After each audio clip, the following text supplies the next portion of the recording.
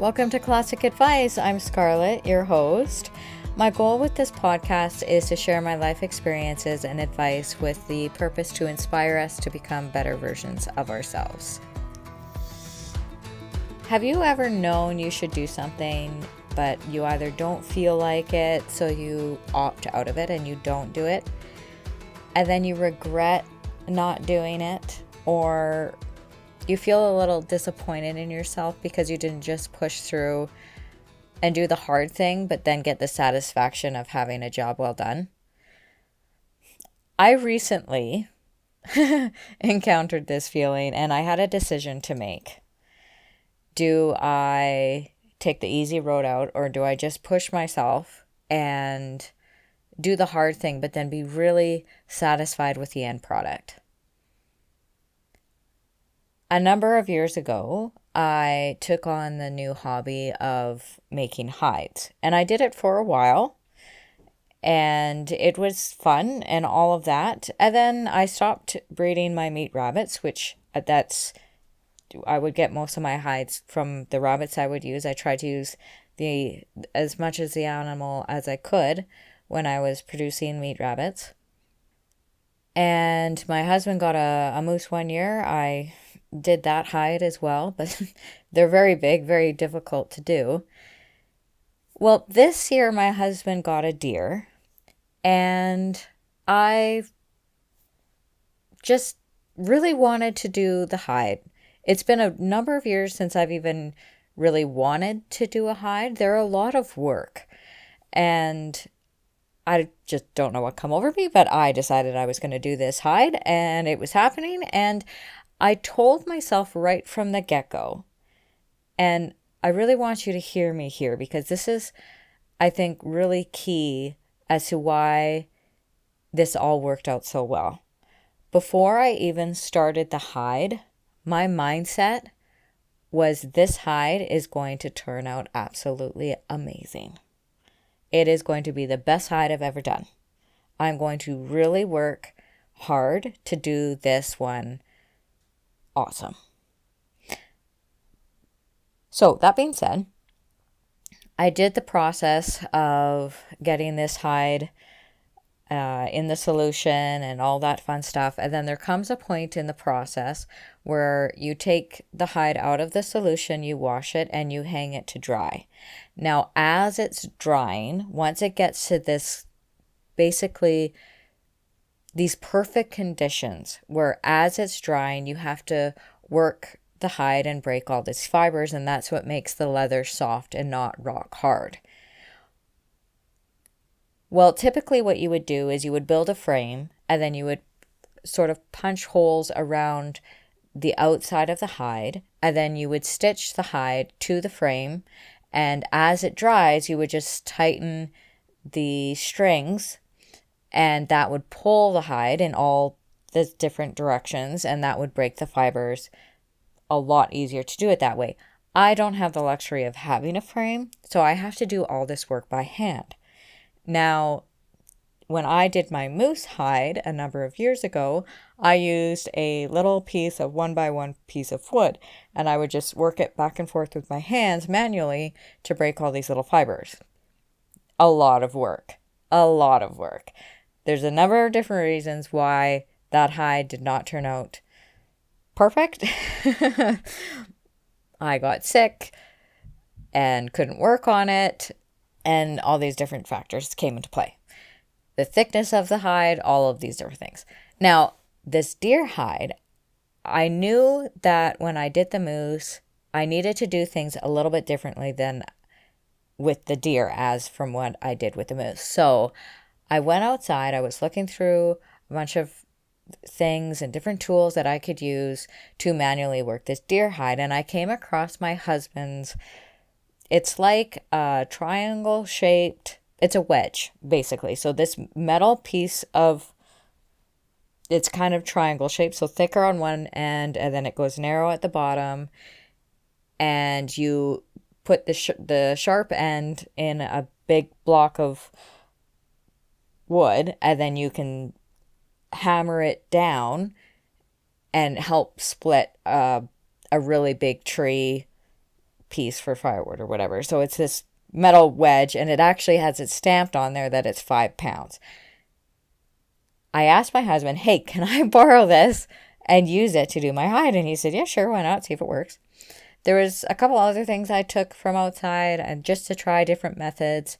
The other thing I did different was I worked it on, we have a marble coffee table. I used that instead of working on a table or the floor, which is made out of wood.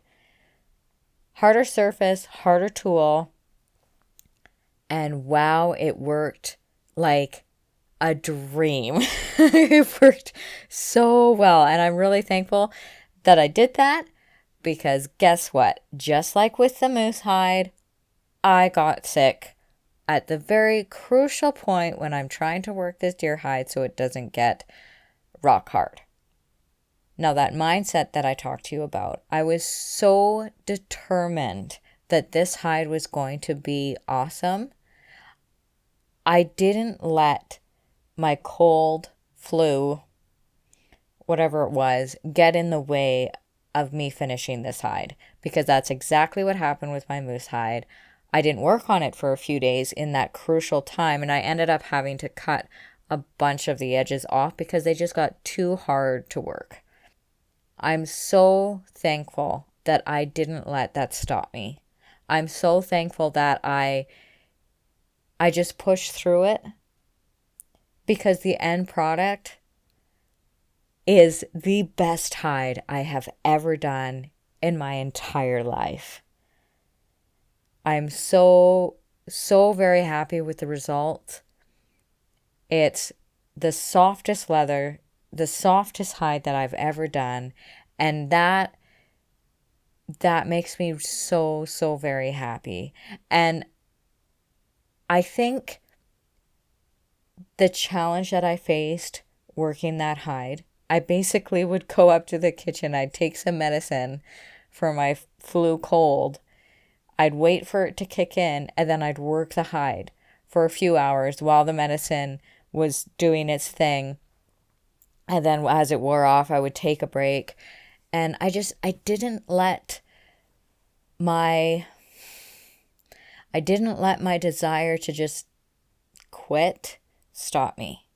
I didn't let my desire of, I just really don't feel like doing this right now. Desire is probably the wrong word to use. I didn't let my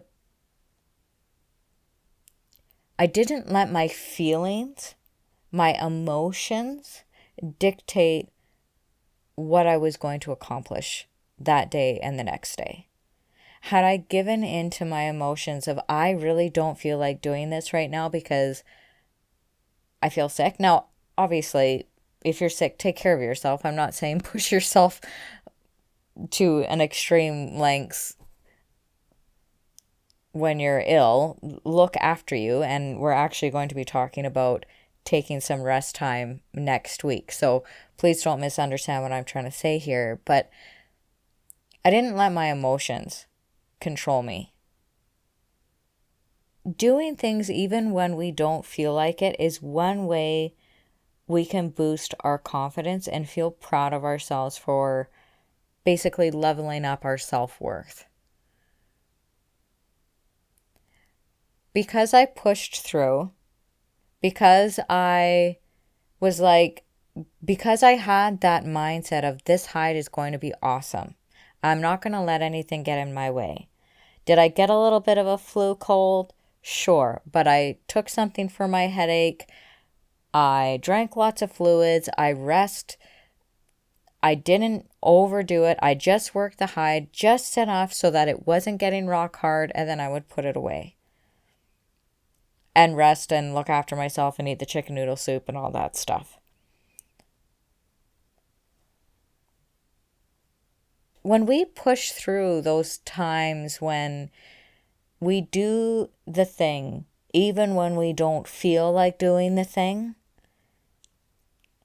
it made me proud of myself. And when I was, and not in an egotistical way, but leveling up my self-worth. Saying, hey, look at what I can accomplish. And if I can accomplish this, what else can I accomplish? I think sometimes I'm not the best at talking kindly to myself. I'm really hard on myself sometimes. I don't believe in myself, or I don't believe that I'm worth it. So I don't bother trying. However, if we can change the way that we talk to ourselves, if we can change the way that we believe in ourselves, and if we can just upgrade our self-worth, then the possibilities and all these other doors can open. Believing you deserve that better job, believing that you deserve to be treated better, believing that you're worth it.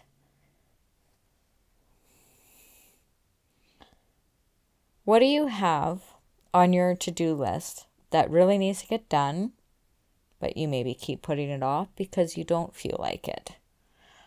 Or what's that task that you know you really should get done, but you just don't feel like it? How would it make you feel knowing that you accomplished that task? That brings us to the challenge of the week. Doing things when we don't feel like it is grueling and it's hard. But I'm here to remind you that the reward of the task finished is completely worth it. Not just in having the task done, but the sense of accomplishment you feel afterwards, the sense of self-belief and your self-worth, all of that.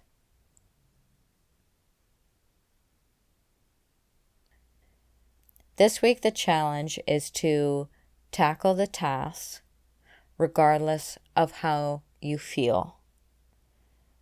Maybe you're feeling bummed out today. Maybe you're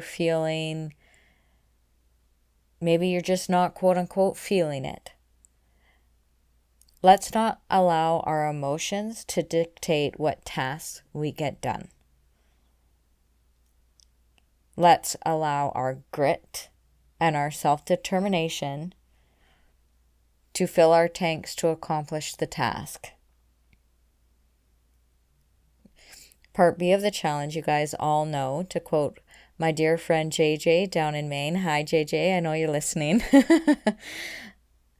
is to please pause. Think about your emotions and how they're influencing your day and your decisions. And love yourself enough not to be controlled by our feelings that we have in the moment, but to continue pushing forward and getting our tasks done. And be aware of your ripple. We all have a ripple in this life. Let's make it a positive one. Here's to you, my friends. Here's to you for every step you take to becoming a better you and making it count. Stay classic, you guys. By that I mean stay awesome, stay unique, stay amazing, stay you, stay uniquely you. I would love to hear from you. My website is classicchronicles.ca. If you want to head on over there, scroll down all the way to the bottom. You can write me an email. I look forward to hearing from you. Take care, you guys. Till next week.